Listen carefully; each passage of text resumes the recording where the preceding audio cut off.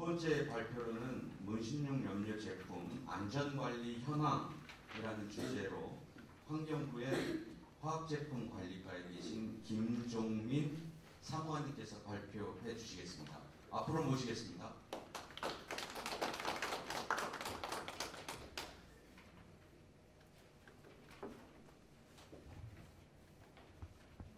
네, 안녕하십니까. 저는 환경부 화학제품관리과에서 지금 위의료 제품 업무를 좀 하고 있고요. 그래서 오늘 시각처에서 이렇게 갑자기 불러주셔가지고 사실 저희도 좀 궁금했습니다. 저희가 지금 23가지 품목의 그 다양한 제품들을 관리를 하고 있는데, 사실 이 무신용 염료라는 제품은 저희가 지금 관리하고 있는 그런 품목들하고는 좀 특성이 판이한 제품이라서 상당히 이질적이죠. 그래서 저희도 여러 가지 좀 애로사항들을 겪고 있는 상황이었는데, 또 정부 전체적으로는 또 그간에 또 여러 가지 좀 제품 소관 조정이라든가 이런 논의들이 좀 진행이 되었습니다. 그래서 거기에 따라서 시각처가 어떻게 하실지 사실 저희도 좀 많이 궁금하기도 하고 좀 우려가 되는 부분도 있기도 하고 해서 그런 부분들 저도 한번 동향도 좀 살펴보고, 또 저희가 그동안 경험했던 거 그리고 현재 돌아가고 있는 것들 좀 정보를 좀 드릴 필요도 있겠다 싶어서 오늘 자리에 참석하게 됐습니다.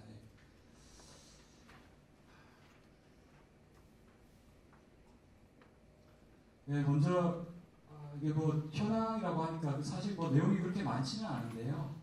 그래도 이게 이 제품 자체가 지금 좀 과도기적인 상황에 있는 걸로 이해를 하시면 되겠고, 사실 이게 현재 현황보다도 앞으로 이게 어떻게 관리를 더 잘할 것인지 거기가 포커스 같습니다. 그래서 일단 저는 그간에 정부 전체적으로 좀 논의가 됐던 사항 먼저 말씀을 드리고요.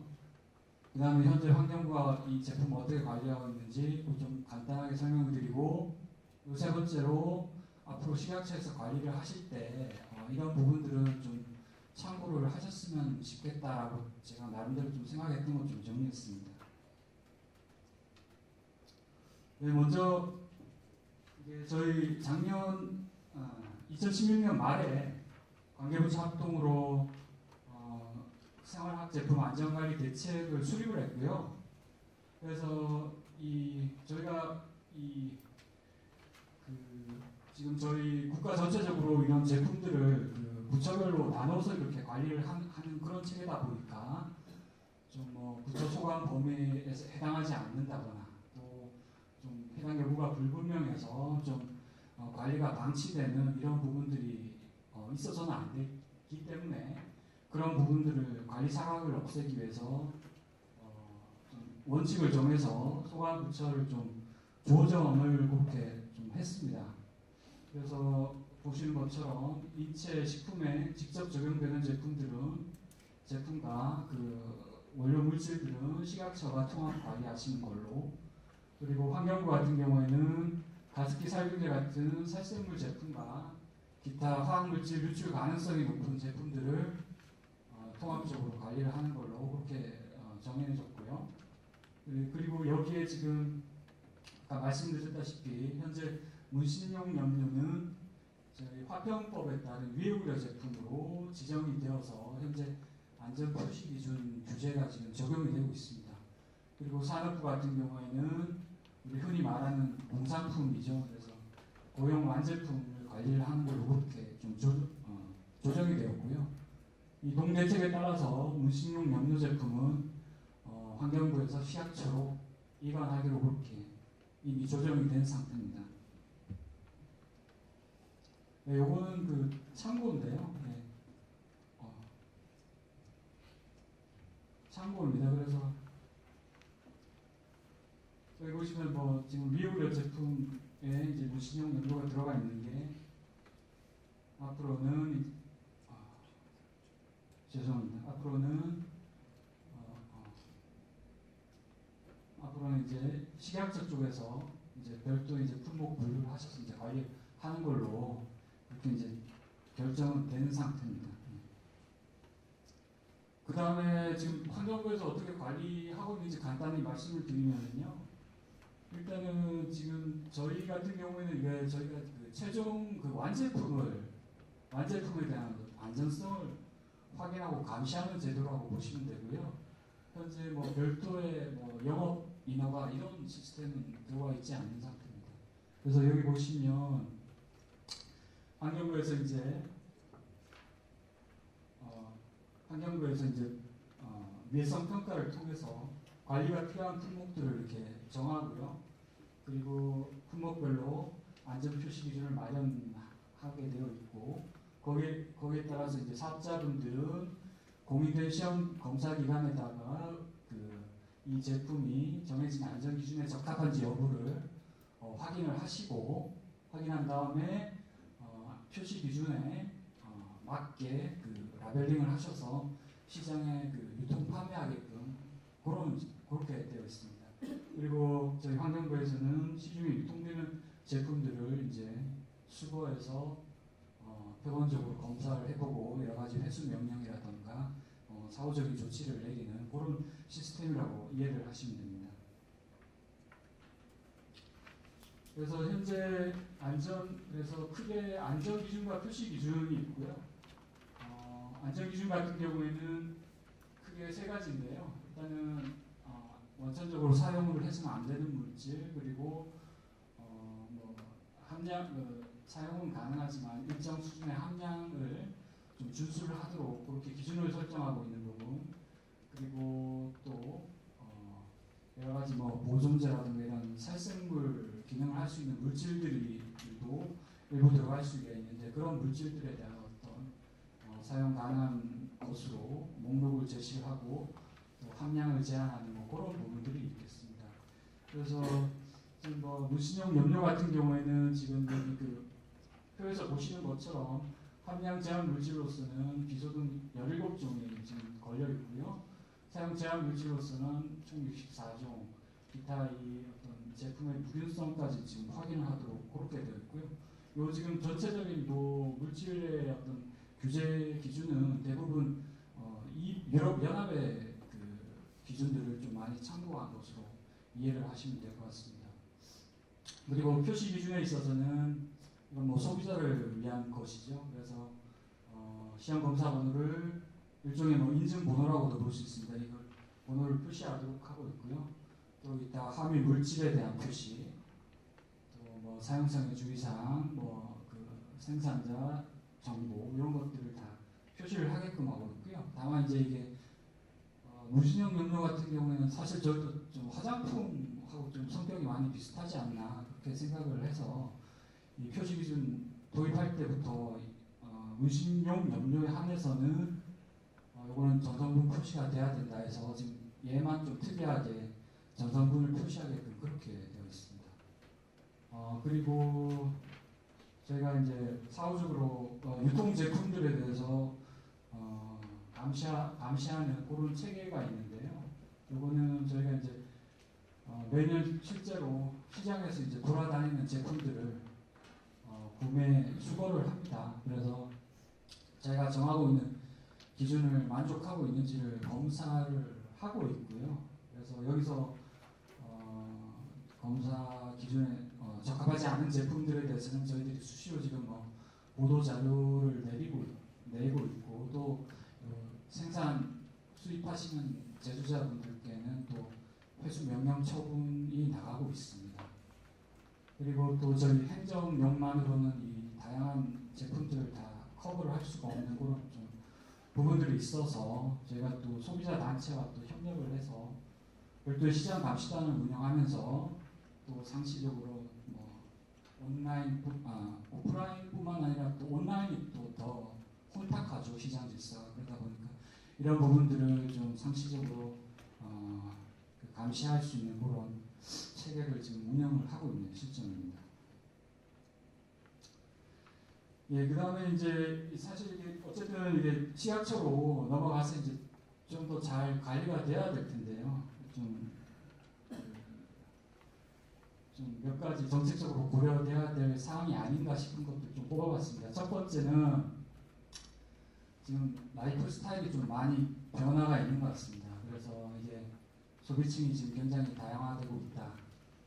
사실 이게 종전 같으면 이게 뭐 사실 마니아 일부 마니아 계층들이 이제 쓰는 그런 제품이었을 텐데, 근데 지금 보면 그렇지 않은 것 같습니다. 뭐 저희 뭐 어머니나 저희 뭐 아내 같은 경우에도 이런 제품들 가지고 많이 하더라고요. 그래서 이 사실 그동안 이제 문신용 염료가 굉장히 말들이 많이 나왔었거든요, 예전부터.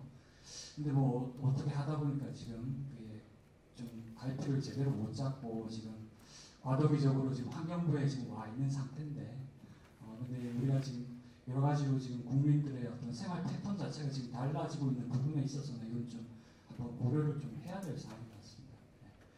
그래서 이런 내용들은 뭐 제가 그냥 떠드는 소리는 아니고요.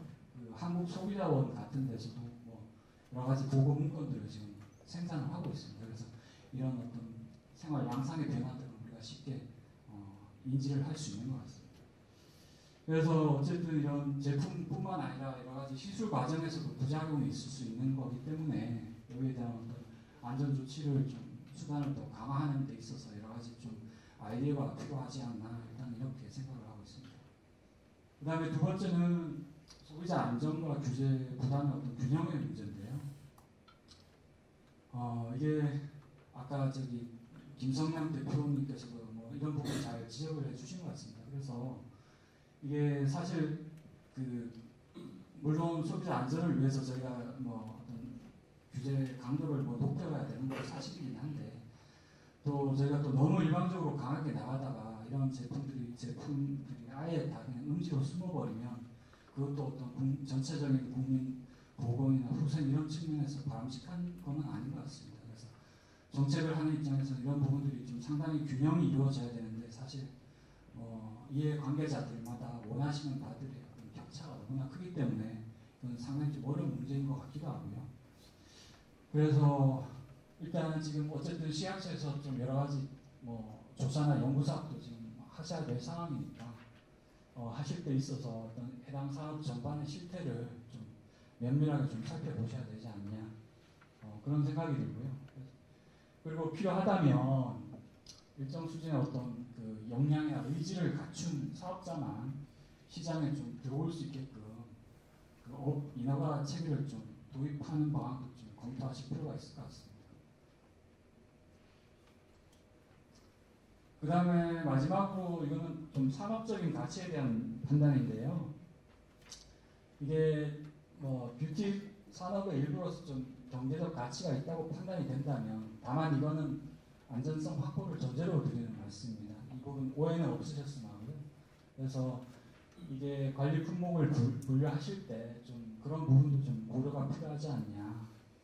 실제 뭐 요즘 우리 지금 국내 화장품 업계가 지금 굉장히 좀 잘 나가는 걸로 알고 있는데, 사실 일각에서는 좀 이렇게 평가하기도 합니다. 이런 그런 부분들이 물론 업계에서도 뭐 치열하게 노력을 하신 뭐 그런 성과이긴 하겠지만, 또 우리가 화장품법이랑 어떤 법 제도적인 측면에서도 여러 가지로 뒷받침을 해준 그런 어떤 결과다, 이렇게 좀 해석을 하는 부분도 있어서 좀 같이 말씀을 드리는 거고요.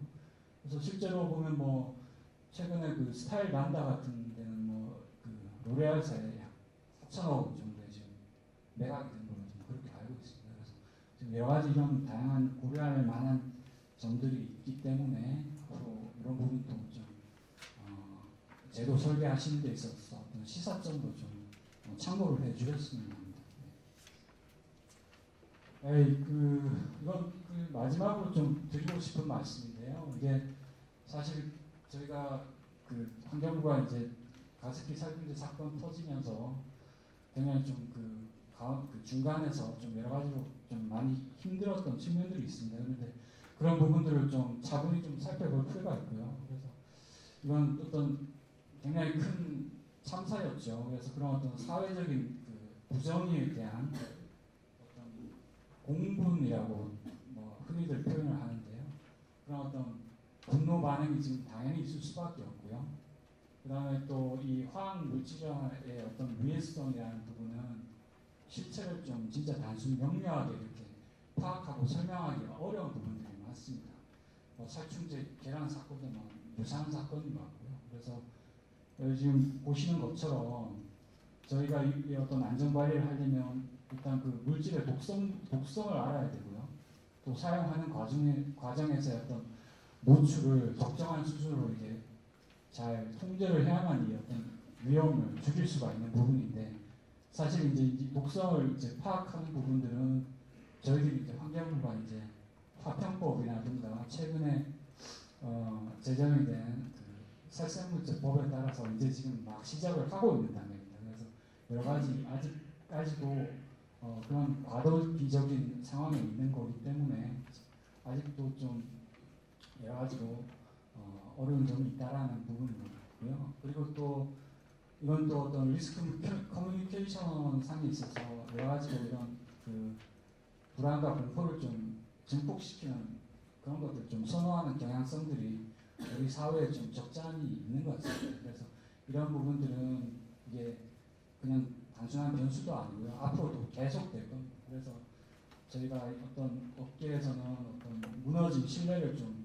회복하기 위한 노력이 필요하고, 또 정부도 여러 가지 법 제도적인 어떤 완성도를 더 높여야 될 거고, 또 언론이나 우리 사회 전반에서도 이런 여러 가지 한계가 있다는 점 좀 명확하게 인식을 하고 조금 더 침착하게 좀 대응할 필요가 있다라는 게 제 개인적인 생각이고요.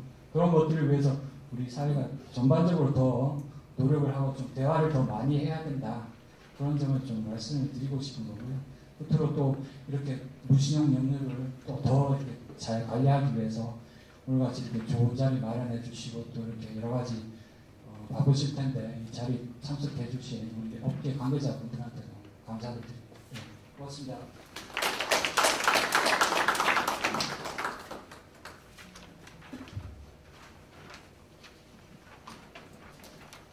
네, 그 정부 부처 입장에서 정책적 고려사항과 그리고 사회적 그런 그 정당한 분노 반응에 대한 이런 소견도 들었습니다. 너무 잘 들었고요. 이런 문신용 염료가 식약처에서 내년 한 해 연착륙이 확실히 될 수 있도록 조금만 더 같이 협조해 주시고 가기를 제가 부탁드리면서 김종민 사무관님께 다시 한번 박수 좀 부탁드리겠습니다.